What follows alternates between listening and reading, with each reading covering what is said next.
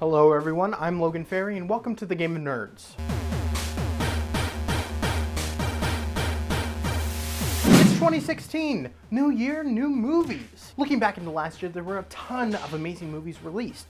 Kingsman, Ex Machina, Age of Ultron, Ant-Man, Mad Max, Furious 7, Fantastic Four, wrong list. The Hateful Eight, Sicario, Mission Impossible, Creed, and the mother of all 2015 movies, Alvin and the Force Awakens.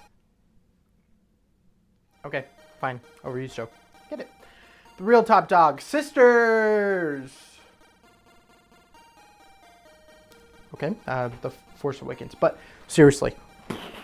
And this new year brings us even more movies to look forward to. Batman v Superman, Civil War, Rogue One, Fantastic Four. Oh, how did you get in there again? Get out of here! Nobody wants you. Leave us alone!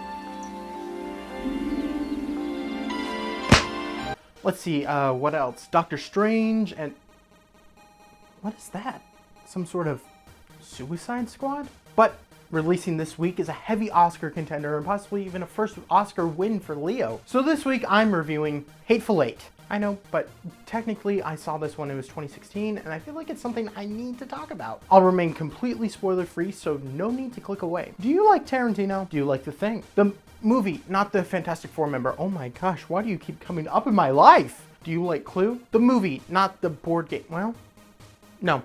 Just the movie. Then Hateful Eight is for you. I personally loved this movie. It harkens back to Reservoir Dogs, my favorite Tarantino, and this really feels like the most Tarantino film ever made.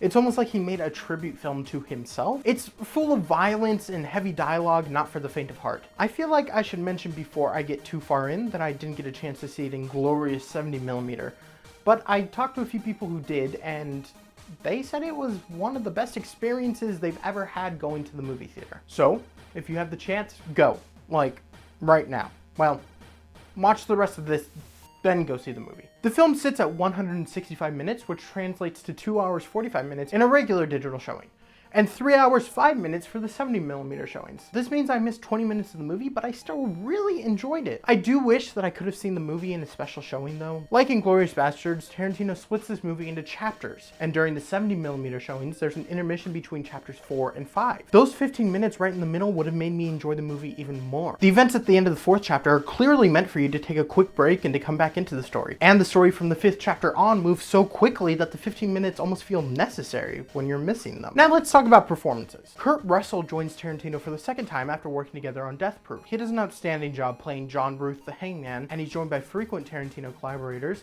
Tim Roth, Walter Goggins, Michael Madsen, and Samuel Jackson, as well as Bruce Dern, Jennifer Jason Leigh, and Damian Bicker, who round out the titular 8. And see if you can recognize Tarantino. He makes a cameo like always, and I personally think it's one of his best. In total, there's only 17 characters in the whole film. No extras, no one else, and it is great. Every performance given was thoughtful and grounded, really rooting the audience into this small story. Speaking of small, the set was beautiful. A confined space that left the audience feeling a bit uncomfortable and claustrophobic alongside the characters, in anticipation, waiting for the air to break. It's very lived in a place that you want to spend some more time looking around, which is perfect for the one true setting where you can't escape.